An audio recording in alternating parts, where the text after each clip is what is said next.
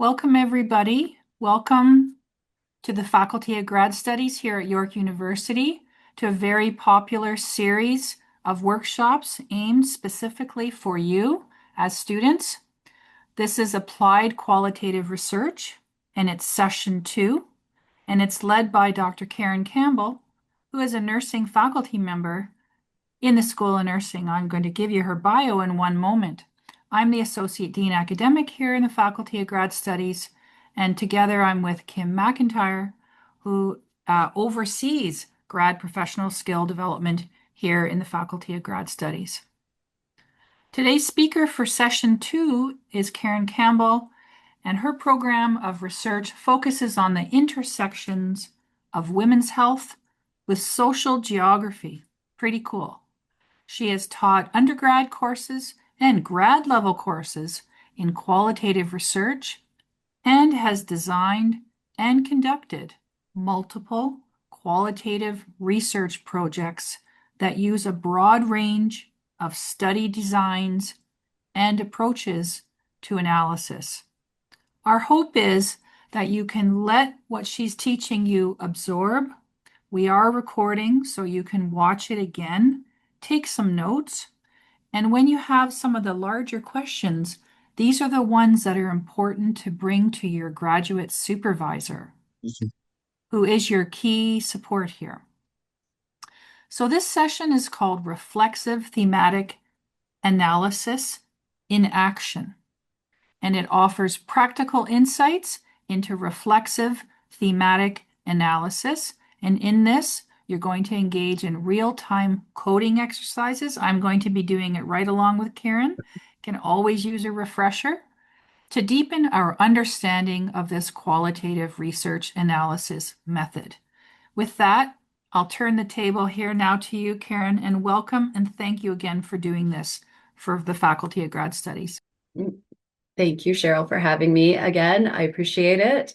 I hope this is helpful. And I also hope that that we can have some interaction, particularly in this one. I think a lot of people are interested in how to do coding, especially if you're currently working on or working towards some sort of dissertation. So today we're talking specifically about reflexive thematic analysis. What I'm talking about largely comes from this paper that I published during my PhD, and it's a really popular paper. It's been downloaded over 41,000 times the last time I checked. So it's an interesting paper because we talk about reflexive thematic analysis and how we did it as a group. So just a different slant towards it, but it also gives some really practical ideas about how we actually took a data set and analyzed it. Here's a QR code and the citation that goes with this paper in case anybody is interested.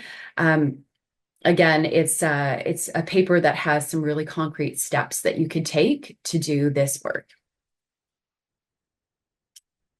Okay, great. So I just wanted to start by talking or orienting us towards reflexive thematic analysis and trying to think about if this is the right method to use. So is thematic analysis the method that you want to use towards the analysis that you're doing? And one way to think about this is big Q and small q. And what we mean by this is big Q qualitative research is the research that recognizes that qualitative is based in constructivist or interpretive paradigms, that there is no single truth, that there's multiple ways to get to a reality or what we understand. Big Q uses qualitative methods as the full methodology. So this is where we would see things like grounded theories, interpretive description, phenomenology studies. They're really situated in this space of qualitative being the core of the work, and recognizing that the researcher is the instrument here, that the researcher is reflexive, the researcher is interpretive. We're not trying to minimize bias. We're just recognizing that we all have bias. And so, so that is somewhere where reflexive thematic analysis fits. There are other types of thematic analysis that are far more post-positivist in their orientation. And what I mean by that is that they are more focused on finding something specific. It might be something that's included in part of a mixed method study, or you might be even doing a quantitative study and have some survey responses. And maybe you want to use a thematic analysis to do that. And so there's different types of thematic analysis, like code book or interrelator reliability thematic analysis, where we would seek more neutrality or more objectivity in what the researcher brings to it. Having code books is one example of that. So we would have a code book and say, this is what this means, and we're only putting this into this area if it means this, and everybody would do the same thing. So there are different ways of doing thematic analysis, and we're specifically talking about reflexive thematic analysis. It sits in more of that big Q. It's really rich in its qualitative paradigm. That's essentially where we're starting from. So I encourage you to think about which method is right for you. So if the people that you're working with are saying, we want neutrality here, we want there to be limited bias, you're probably looking at using a thematic analysis. That's a small Q, and there's nothing wrong with that. You can absolutely do that. We could do a whole nother webinar on doing small Q thematic analysis. But today we're going to stick with this idea of reflexive thematic analysis. And this often gets confused, the difference between thematic analysis from Braun and Clarke. I know it's spelled Braun, but it's actually pronounced Brown. So Braun and Clarke published a paper in 2006. And the reason why they did that was that there wasn't a lot of guidance about how to do thematic analysis, and yet papers were being published where people said they were doing thematic analysis, and it was unclear exactly what they were doing. So this was a really seminal paper that came out around thematic analysis, and they did call it thematic analysis. And then what happened after that was there was a divergence in all sorts of thematic practices that happened. So people were citing them, but no longer conducting thematic analysis in the way that they had intended it to be.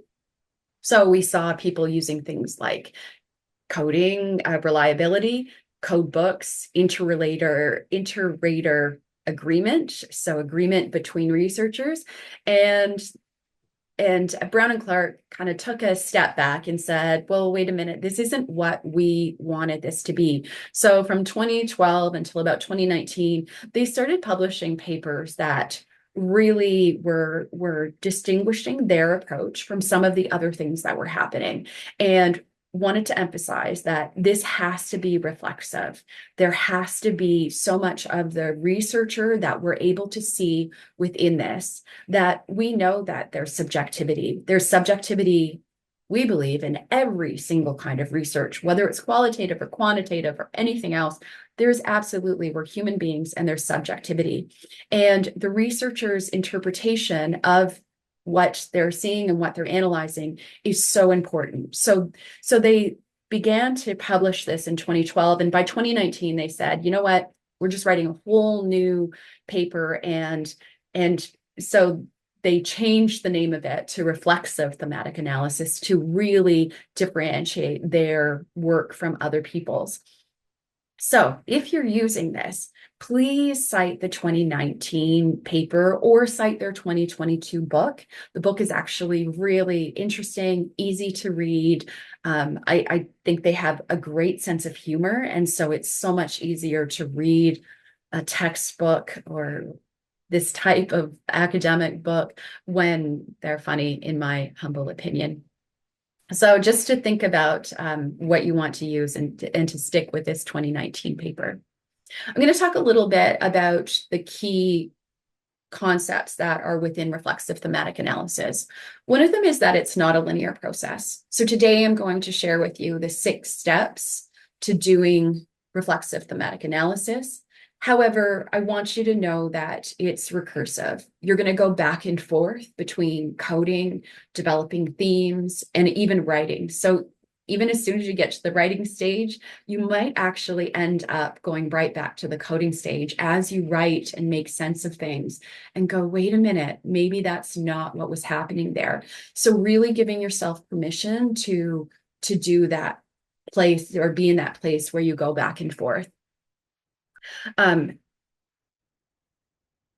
the next one is that reflexive thematic analysis is, or RTA as I've got it here, is very flexible. So it's not mechanical, it's not rule bound. We don't have something like interrelator reliability where we need to have 30% agreements of something or other. It's not like that. We're going to have discussions. We're going to have conversations. We're going to have conversations with ourselves, with the data, with our peers, with other people that are on our committee or your supervisor.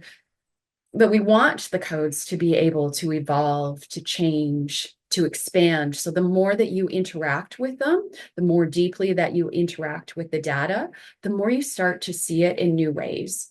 And I am often talking about diagramming or even using, I have like sticky notes everywhere in my house and feel free to like sticky note stuff, sticky note the codes so that you can start to move them around or see how they fit together in new ways.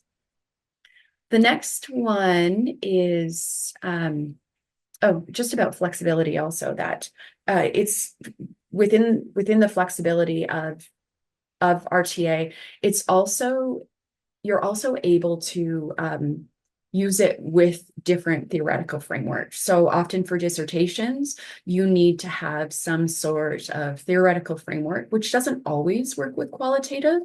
And it can be used in reflexive thematic analysis. So something like feminist theory might help you to look at the data. So we use it more as anchoring ourselves and again being reflexive of the types of theoretical frameworks that work with us, and it's also fits within different methodologies. Themes are constructed. So this is really, really important. And it's part of the language that you often will be seeing when you read qualitative work, that the themes emerged. And in reflexive thematic analysis, we really want to be clear that the themes don't just pop up on their own. They're actively created by the researcher. We're engaging in the data. We don't just do an analysis or do some coding and it's found. We're actually part of what's happening here. So really being part of putting that story together, constructing it, thinking about the why, the how of thing, not just things that are happening in the data, not just the what. And finally, and probably most importantly, is the reflexivity that's happening. So the reflexivity moves past who you are and what you bring, although that's really, really important. How did I shape what I saw?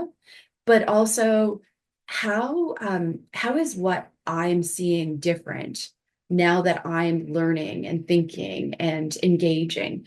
So how is that happening always? So constantly thinking about how did I shape this and how am I changing as that goes on? This is really a core concept in reflexive thematic analysis. And again, why they put it back into, oh, that's so nice. Why they put this reflexive idea back into the name of it. Researchers are not neutral observers. So if you're coming from a core space of what reflexive thematic analysis is about, we recognize that we're never neutral. We're never neutral. It doesn't matter what kind you're, even in a quantitative study, you're still deciding on what tools to use, and how you choose the tools is going to affect the outcomes. So your perspectives, your assumptions, your positionality, all of these influence how you engage with the data. Reflexivity is continually happening. So what do you notice in the data? How are you interpreting it? And how is it guiding you to construct the themes? And we really see this subjectivity as a resource. So it's not something that we're trying to eliminate. We're not trying to mitigate it. Reflexivity is about embracing the subjectivity and recognizing why it makes me so important, why I'm the one that should be doing the analysis of this work. So being really upfront with who you are, it's very in contrast to minimizing the researcher or the objectivity that you might see in other designs. We rarely see reflexivity statements, but I really do like this one from Bartholomeus. I didn't even halfway say that right. But this is an example of a reflexivity statement that was put into a paper. It's more likely that you're going to see reflexivity statements in something like your dissertation or your thesis. So that is a place where you're likely going to see them. I'm hopeful that more journals, and certainly if I'm a peer reviewer, I am expecting some sort of reflexivity statement, and I will send it back with that feedback, especially if they're using reflexive thematic analysis. So I'm hoping that you'll feel free to add into the chat box, but I would like to do a faux study with you today about how do graduate students perceive and manage the balance between their academic responsibilities and personal life. And the aim of this study, the aim of this fake study, is to explore and understand experiences of graduate students in managing life-work balance. Specifically, it seeks to identify the challenges they face, the strategies they employ, and the impact of these experiences on their overall well-being. So I invite you to all be on my research team. And what I'd like you to do is think about these following the following reflection areas. And I would invite you to, in the chat, maybe write one, and you don't have to write the whole thing of social identities, but if you wanted to, just think about one of these areas and just give us an example of what you would bring, what you might write around your own reflexivity here. Jolene, thank you for your comment. I agree. We are absolutely part of this circle, and it fits well with Indigenous feminist research and many other types of critical research paradigms. So thank you for adding that comment.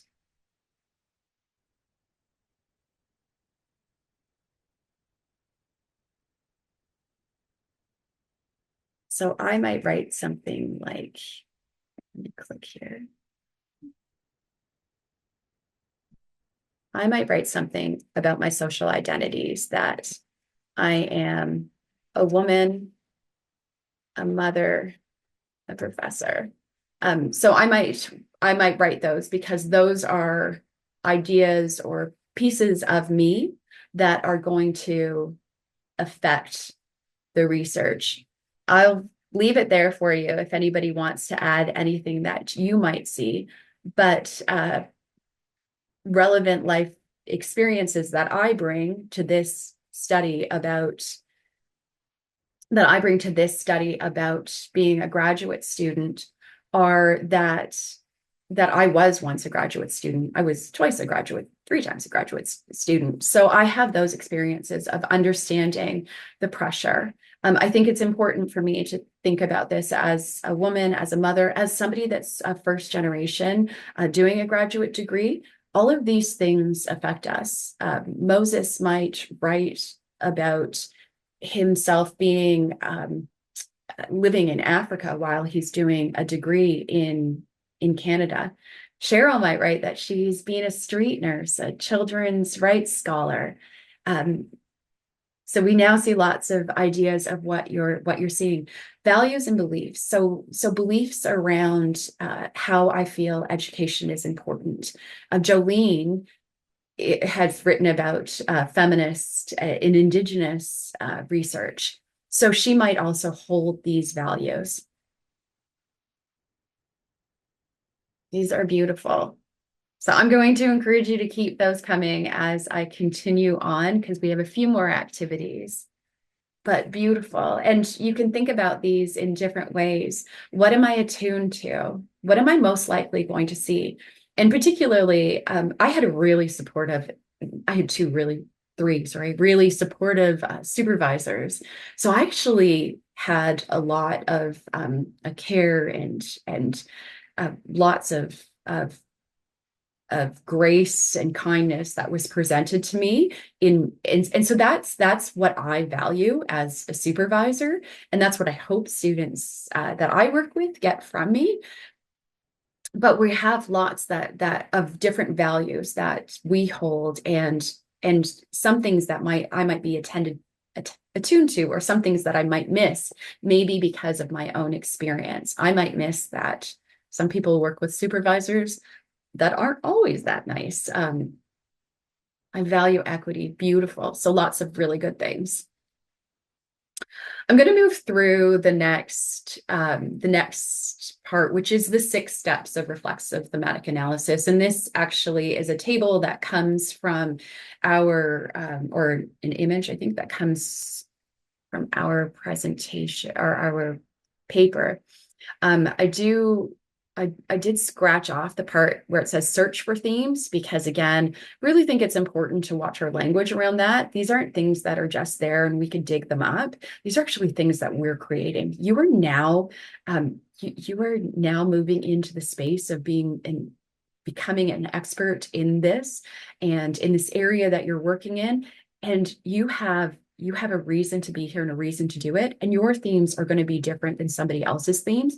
We want to embrace that. We're not searching for one theme that exists. You're coming up with something that's meaningful to you and what you see in the data. And just a reminder that you could get all the way to one point of this and end up somewhere totally different. This is going all over the place. It doesn't matter what stage you're in. You can always go backwards, forwards. You can skip spots. You can go back. The first part, though, and I cannot stress this enough, is just to familiarize yourself with the data. Just read. Just read. Print your transcript, have it on your computer, on your iPad, wherever it goes, but just read it and put the highlighter down. Do not highlight anything, just read. And I'm just going to say that one more time. Put the pen down as well. Just read. If you like to listen to it while you're reading it, have the audio transcripts playing if that's something that you do, but read it as many times as you want. Do not code it. We're just becoming familiar with it. Once you're familiar with the data, and you can do this one data segment at a time. It might be interviews, it might be texts, it might be videos or pictures. It doesn't matter what it is, but you want to become familiar with it. Then you can move on to this stage of coming into coding. So coding, I can't stress this enough, is organizing. So the same way that I've got a spice cupboard here, I love analogies. I have a spice cupboard here, and basically what I do is I put all of my spices into jars. I label the jars. That's exactly what coding is. We're putting things that are similar together, and eventually we want it to meld together, to move together, to create a beautiful soup when it all comes together. But right now, we are labeling segments of the data, keeping things concise, staying open and flexible. We want to make sure that the codes are evolving the more that you engage with the data. Coding inclusively, and this means that you code as many potential meanings as possible, not just the obvious ones. And you can do this either with software or you can do it manually. It depends on perhaps how many data segments you have, how many people you are are doing this work together, these are all things that will affect you. However, if you're doing a small study and you have 10 interviews, you could likely do all of this in Microsoft Word and not need to use anything like in vivo if you don't want to. Plenty of people have done this, and oftentimes, even when expert researchers are doing coding in vivo or something like that, they come back out of it when they are actually doing the analysis work. So think about coding as just that first step that helps us to organize things. If you have Lego sets, if you've ever had Lego sets or you have children that have Lego sets, you know that there's lots of different pieces. And once they all get mashed in together, you need to organize them some way, or at least I do. So I might do that by color. I might do it by the size. I might do it by set. So if I have a Batman set, I might separate that from a Superman set. So how you organize the data doesn't really matter. It's just a method to get to the next stage. Some of my tips for coding would include making sure that they're concise. So we want to think about them as small as possible, as the smallest possible unit that we can get. I would encourage you to be consistent. And I encourage consistency because we don't want to end up with 60 codes. 60 codes is way too much to manage.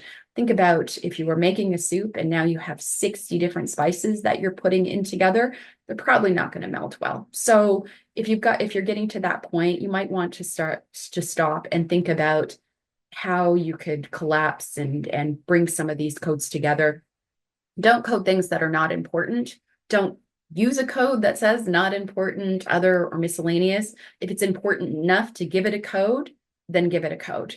And if it's not, then you just don't have to code it. There's lots of things in my, probably because I talk too much, but there are lots of things in my transcripts that I don't code. And there's sometimes things that people need to tell me that aren't helping to answer my research question.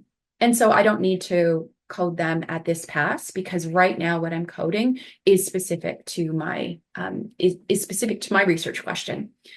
I encourage you to use pens, highlighters, tag functions, whatever it is, post-it notes, whatever helps you to do that, and keep notes. So have a document that you set aside that just helps you to remind you, why did you call something weather? What exactly are you thinking about like that? This is different than a code book. A code book is more like rules. I would suggest that you open a document or open a journal just to give yourself almost like an audit trail of why you made the decisions you made. The other thing that's really important is to take breaks. It is really hard to code when you're up against a deadline. So you might like to code a little bit as you have your first interview come in or your first data segment come in, and then maybe again later you'll go back to it, but try not to code up against the clock because it rarely works well. I'm going to put up this interview segment to go back to our fake data. And what I'd like you to do is take a read of this. And I am actually going to read it out loud, just in case that helps anybody. And the other reason why I read out loud is because our brains process things differently when we're hearing things or seeing things in different ways. So I'm going to read it. And then what I'd like you to do is in the chat box, tell me what you might code, what might be a code that you would use from this. So it says, interviewer, how do you manage your time between academic responsibilities and personal life? Participant says, it's really challenging. I try to create a schedule that balances my work shifts, study time, and family commitments. However, it's often difficult to stick to because unexpected things come up, especially with my kids. I usually end up having to sacrifice my personal time to meet my academic deadlines. What are the main challenges you face in balancing your academic work with personal life? The biggest challenge is the lack of support from my family. My husband works long hours and my kids need a lot of attention. This leaves me with very little time for myself.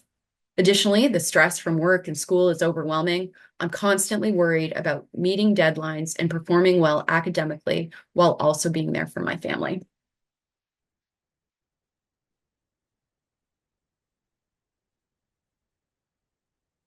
So code of family responsibilities, excellent.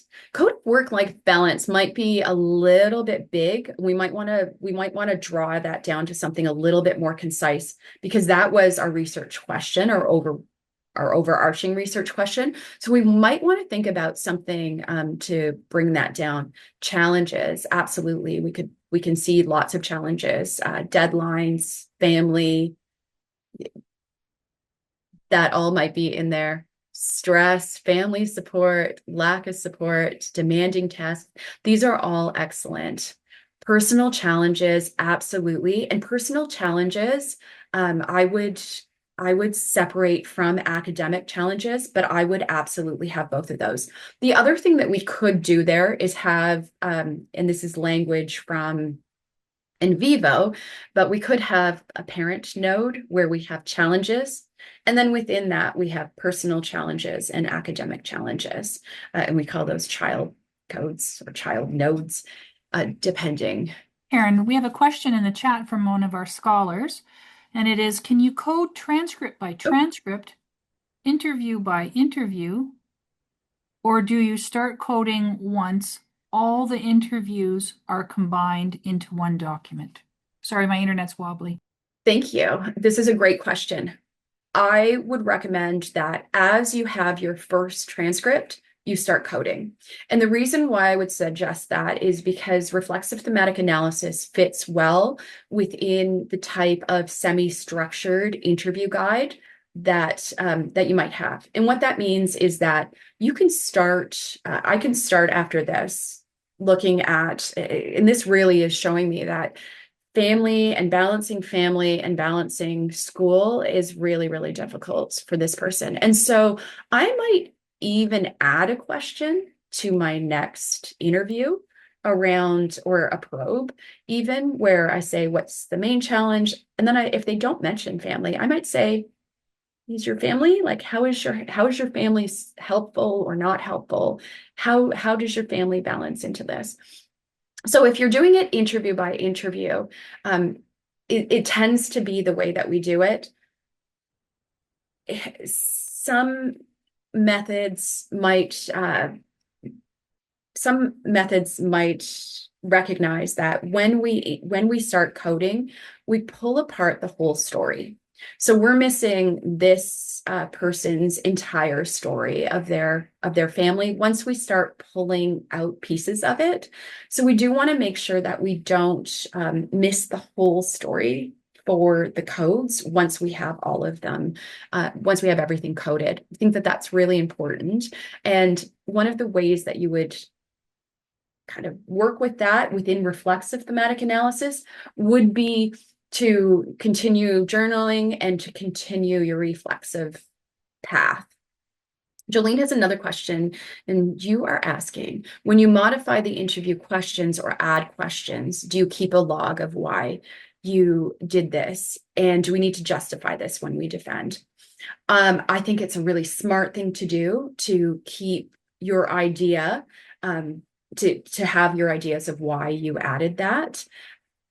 Because I think not only does it help for your defense, for your dissertation, it really shows that you are being reflexive and you're being true to the methods that you're using when you are open to that, the changing of the questions or the way that you're asking questions. I know I saw Heather is on here, but Heather and I were talking as well about sometimes you ask a question and it kind of falls flat. And you might even see that in the answer. So if they answered the question, except the question, it didn't give me anything that helped to answer my research question, I'm going to reframe that question. I'm going to ask it in a new way, or maybe I'm just going to stop asking it if after 2 or 3 interviews, it isn't giving me anything helpful. So absolutely.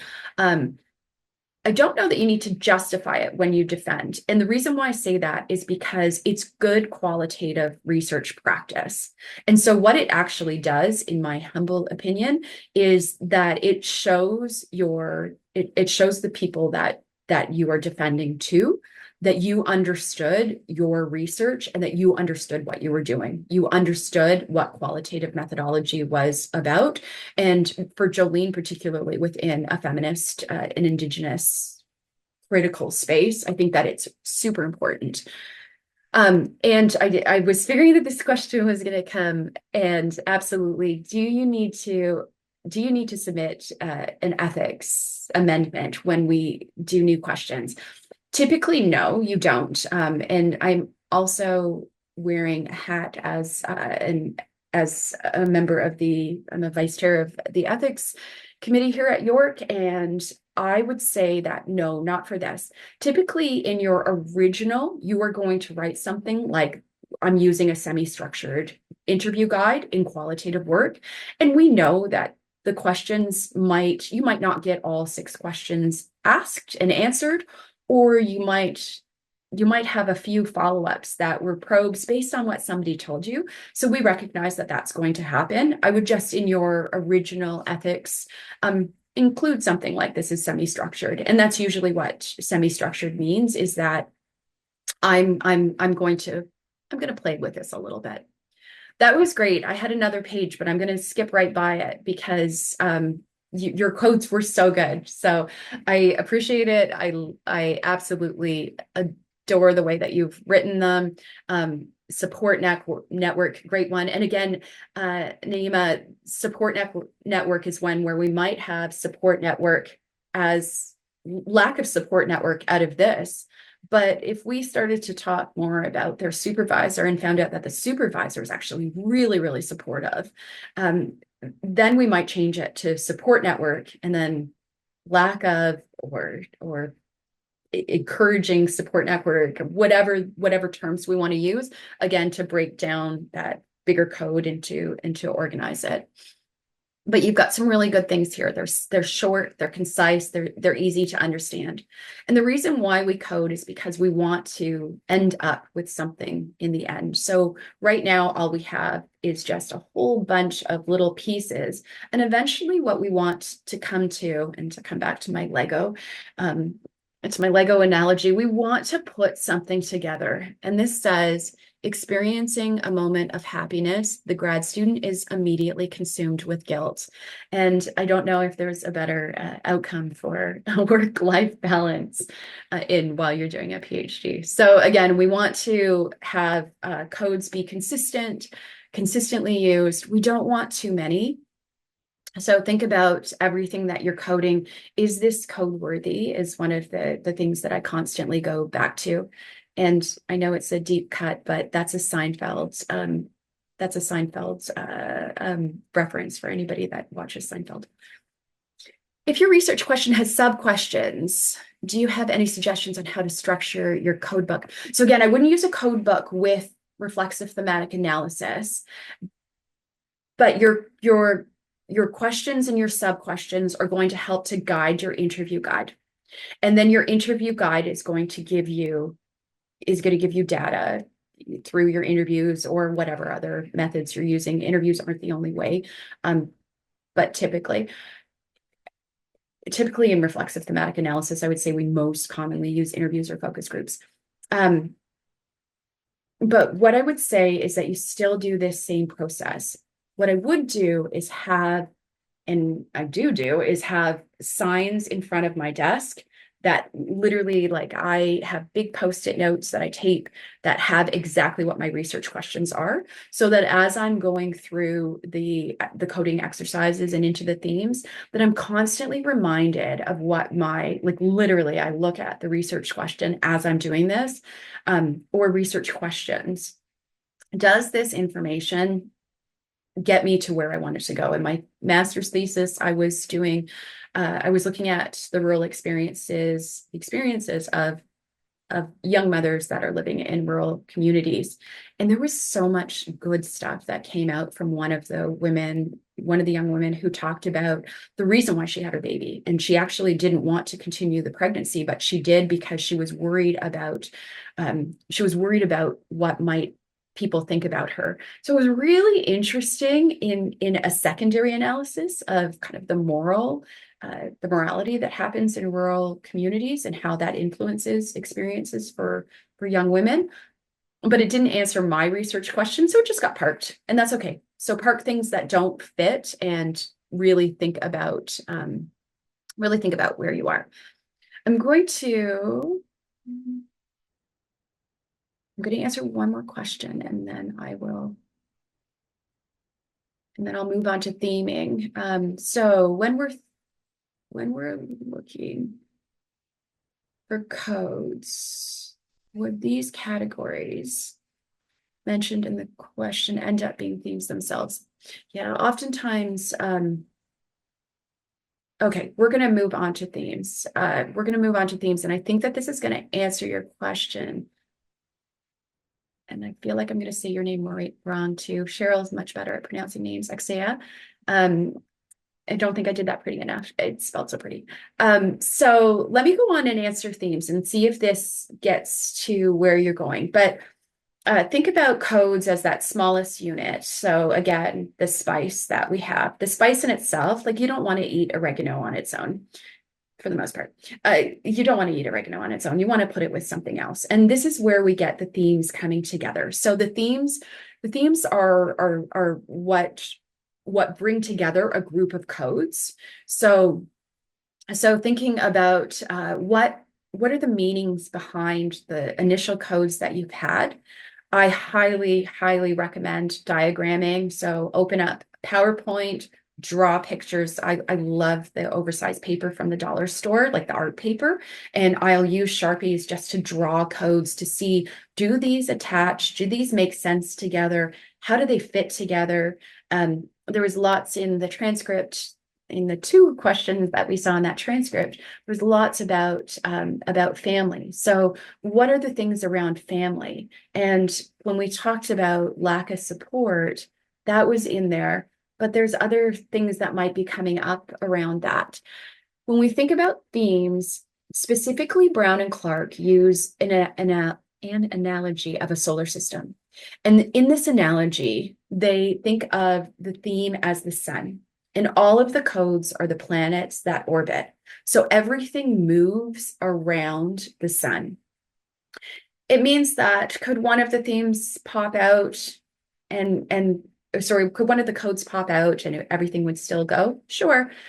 Might not be exactly the same solar system, but we did. We removed Pluto, right? And the solar system was still the same. The sun was still the same. So the core idea is the theme, and the codes are what supports it and what brings it together. We tend not to use the names of the codes again because we want the themes to be much more meaningful. We want them to bring together not just a collection of codes that you think go together because they're the same color, but, and going back to my Lego, I could have all of the red pieces together, but some of the red belongs to Spider-Man and some of it belongs to Superman. And just having all the red together isn't like, we don't want a theme that's called red. Because it's not meaningful. We really want to bring together what the meaning behind that group of codes is from a reflexive thematic analysis point of view. So you might also think about it, the degree doctor, who I love, also uses an analogy of a movie. So the core idea of the movie is like the plot, and the characters would be all of the codes. So the characters are the people that make the plot come together, any specific plot come together. The characters that interact in that are what brings it together. So the characters are the codes, the plot is the theme.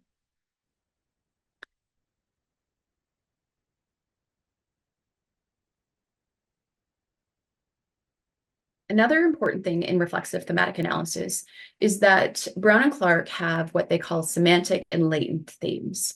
And in semantic themes, we stay really descriptive. We stay at the surface. We explain exactly what we're talking about. They're direct statements. We have summaries of what we might have found within the codes that brought meaning to that, but we stay at a very, very descriptive level.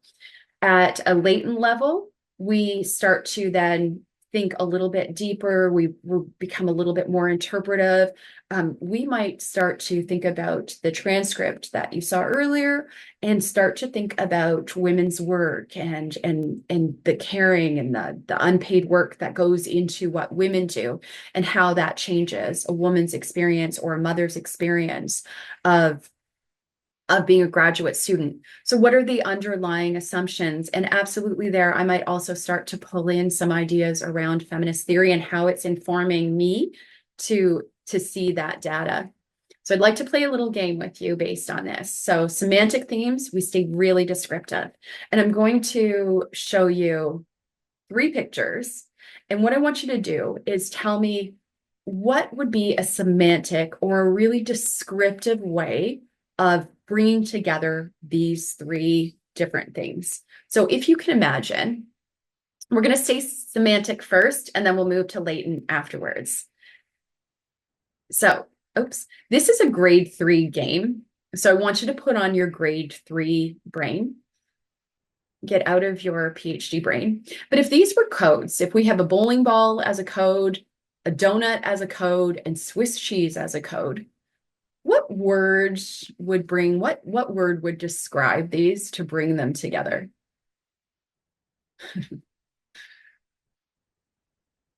Cheryl, I'm also really upset about. Okay, so yes, round shapes with holes or something with holes, I think is what the descriptive is. So if you're in grade 3, you would get that answer right if you said that.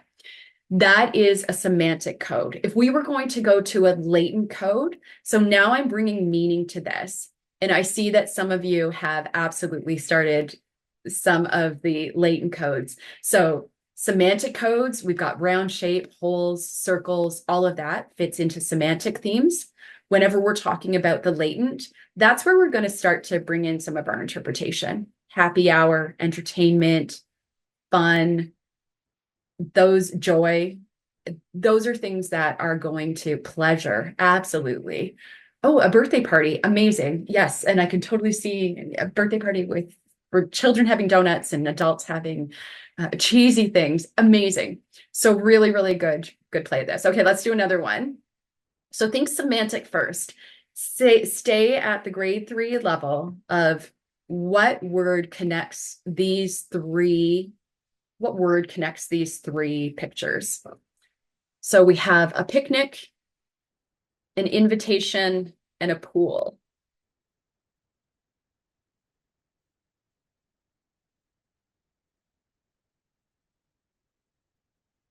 Yeah. So the grade 3 right answer is party, pool party, picnic party, I think, or summer party, and a party invitation.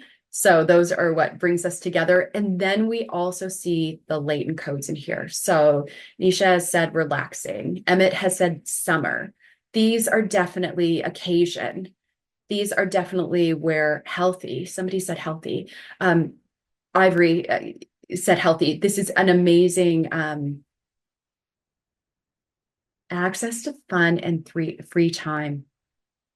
Really great kind of Atlantic ways of bringing this together. Okay, one more, and then allowances. I love that so much. And so this is where you're starting to interpret the data. Within that, you would have all of your codes to give you, your codes would be able to support this, the data that you have in the interviews or in the data segments, that whatever types of data you're using, you're going to have your evidence of what allows you to say that, yeah, Western birthday parties, I mean, next level. So this is the final one, and we have an earth, a tape measure, and a book. What word brings these together?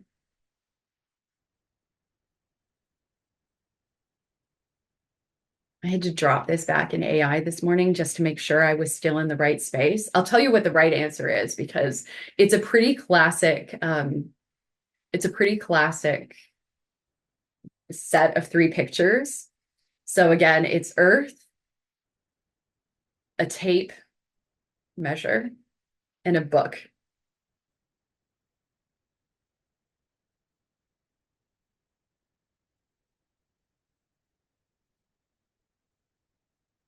Okay, so this is the best thing about working with academics and not grade 3 students. So they AI and I love boring. The AI answer and the grade 3 answer of this classic child's game is worm. So it's earthworm, tapeworm, bookworm. So book is or worm is the answer to this. What you're looking at is already, and this is the point of this particular one, you're already interpreting. We are always interpreting. You're interpreting from the time that you ask the question, even from the deep breath that somebody takes before they answer you, you are interpreting this work. So I just want that to point that out here, to point that out here that you're going right into that latent place. Semantic, latent, they're not one is better than the other. They usually both have to happen so that you can get to that end result. But we're coming into this stage of coding, and then the next thing we want to do is review the potential themes. So we don't want too many themes. If you have themes and sub-themes and different levels of themes, 8 themes, and you've got 4 sub-themes within each of them, you're not doing reflexive thematic analysis. Braun and Clarke are going to tell you, you need to go back and do some more work. So you're going to see it lots in the literature. But what we really want to do in this step is really think about deepening your understanding of the data, ensuring that the themes are robust, that they're insightful. And I've got some kind of guiding ideas here around this. So does each theme make sense on its own? So again, think about the plot of a movie. Does it make sense? And usually there's some subplots of different things that are going on. Does each one make sense on its own? Can it stand alone? And if they can't stand alone, then figure out why. Do they need to come together in a different way? Do you need to go back to coding or go back to theming? Are they distinct from each other? I mentioned, do you need to go back? Is there something that I'm missing? Is there something about my research question here? Do some of these need to be merged or collapsed? And again, I mentioned diagramming. Here's some examples of some diagramming that we did, and this is particular to the paper that I shared at the beginning. But we were looking at traditional birth attendants, midwives, and healthcare professionals, and how women in Nigeria access prenatal care. And it's such an interesting journal because everybody interpreted the same data set, the same focus group in a very different way. This is how we did it. But absolutely, we started to like put these things together. And these were some of the ways that we were working with what we were thinking and how our themes were coming together. These are some other examples. Again, the same study. We had this idea of beyond us and safe process or safe passage being the goal. And where birth occurred through it, who all the people were, and the hierarchy of how people were right up to God, how people were seen within the focus groups that we had, and just one more example of, because this is rarely ever shown in papers. If you have things like this, I encourage you to drop these into your dissertations. But this was another interesting paper developing the craft of reflexive accounts of doing reflexive thematic analysis by a trainer and Bundin, and they include this in there along with a number of other things at the end. Okay. Is there a particular scholarship that focuses on reflexive coding and autoethnography? Especially when somebody might be doing epistolarly or written auto theory method. That's very, very, you could write that yourself, Emmett. You're coding. It's a great question. I would say that I'm not sure that there is, to be honest.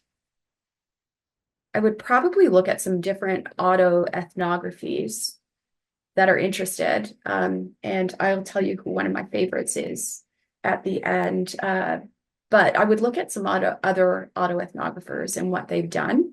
Can reflexivity be, or can reflexive thematic analysis be done within it? Absolutely, absolutely. I think that again, it's that story that you're having between you and the data and continuously being reflexive. I think particularly in any kind of autoethnography study, you really do have to focus in on the idea of being reflexive. So the fifth stage is theme defining, and naming. So we want to make sure that the scope of each theme tells a clear and coherent story, that it helps to answer the research question. It's supported by whatever data that we have to support that. And we want the name of a theme to be concise, and we want it to be engaging. So I like to think about theme naming, and this comes from Johnny Saldana, who's an incredible data analyst. He talks about using themes as kind of a headline in a newspaper. So if you see, I get my like Apple News comes up where I just get that headline, and based on that headline, I decide whether or not I want to click on it. And so that should be what a theme is. A theme should tell you enough information that the reader knows what they're going to read about. It should be something that's catchy. It doesn't need to be something that's overly catchy, but something that's clear and clearly telling us what it is that you're going to tell me about. So we do want to make sure that we're doing that. And here's my last activity, I believe. So my last activity is to think about these. Imagine that these are some ideas that we have within a theme. These are paint colors from Benjamin Moore, I think. So we have grandma's refrigerator. So in this theme, we're talking about grandma's refrigerator, hot chocolate, and warm blanket on a cold winter day, and puppy paws. So if those are the three kinds of things that we're talking about in this theme, what might we call it?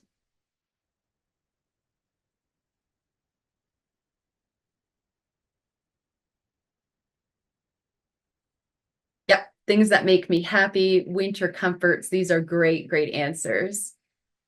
And oh, Christmas Eve. Excellent. Things that and coziness might even we might even want to branch that out a little bit more. So it tells us something like coziness while being at grandma's house, or coziness as a cozy memories from a child. So think about really drawing it out. If there's something, so we want to move from kind of the ideas that we had when we were just doing a brief theme. Now we're actually naming them. So yeah, being part of a family atmosphere. So really think about giving it a broader name. Again, look at some newspaper headlines. I'm curious what's in mine, but it's probably something about Donald Trump. So I don't want to, sorry. Yeah, my first one is Mark Carney says Donald Trump bridge threat will be settled. So it gives me enough information.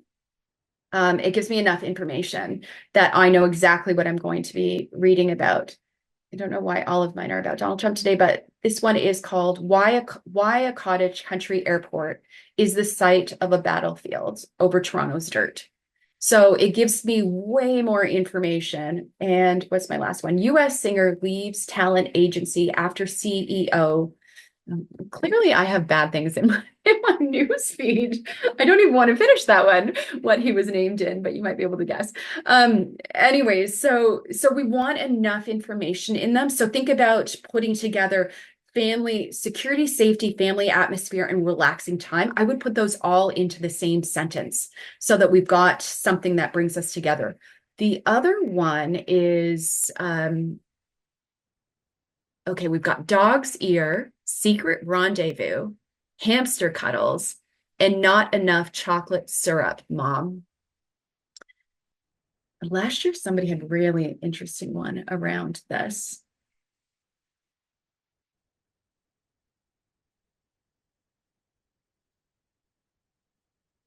I feel like there's got to be someone out there that's that's in a really creative.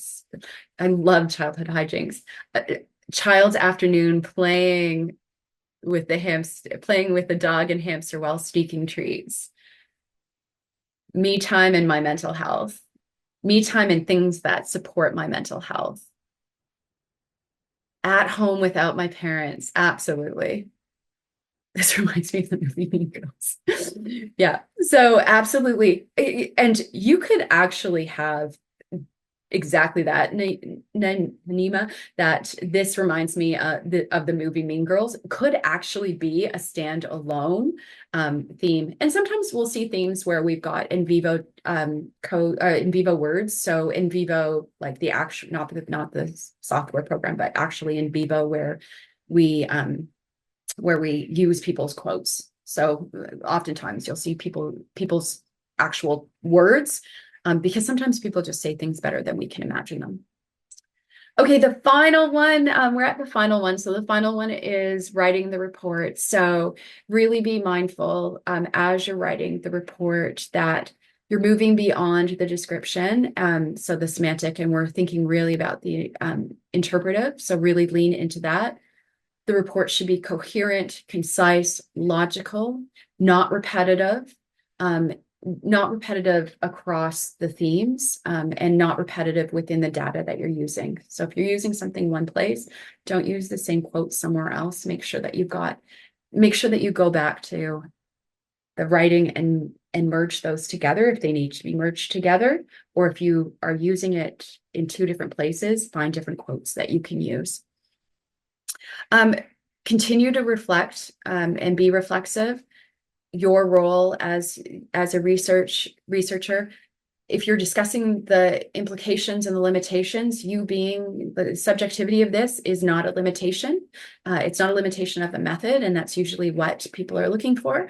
It wasn't intended to be generalizable to the whole entire population. You were just trying to find out something interesting about the group of people that you talked to and to be able to share that story. Each different theme should have supporting quotes, or you should be able to provide supporting quotes to those. So if you don't have them in there, make sure that you have them available in case somebody asks for them. And if you are using quotes, just make sure that you walk into them and you walk out of them so that people know what you're bringing them to and why. So that you don't just have strings of quotes. Strings of quotes are a sign that you need to go back to the writing and write some more. Yeah, just like that. I just want to do one quick thing, and that is things to avoid. So we talked about emergent themes. So themes don't emerge. We're not going to use those terms.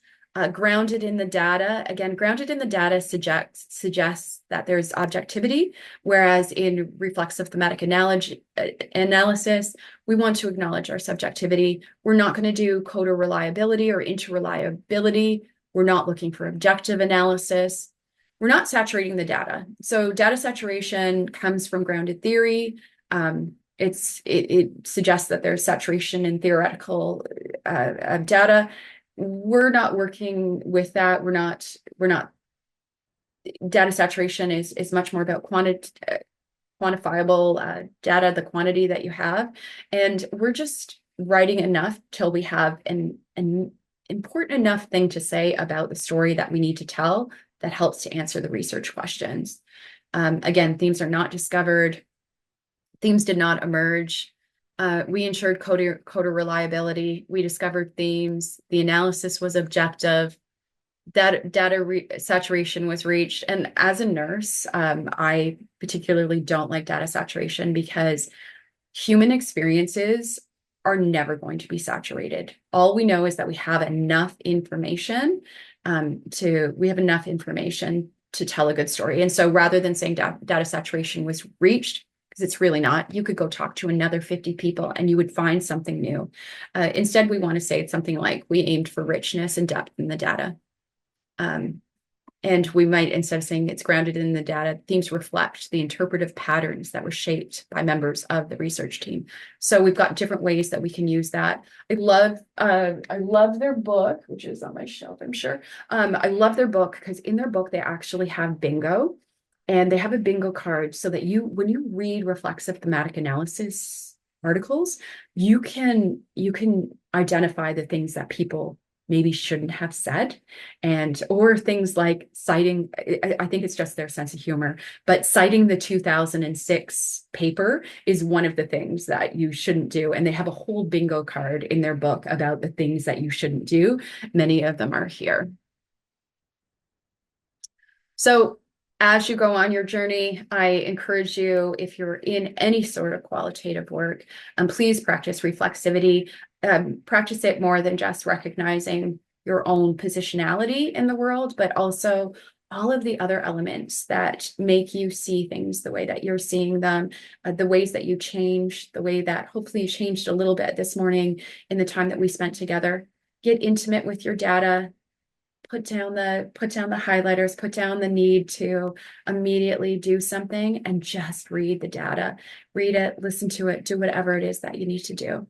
Be flexible in the orientation, be flexible with your team, stay organized. So we talked a little bit about making sure that you journal down what you're doing, ask questions and be curious.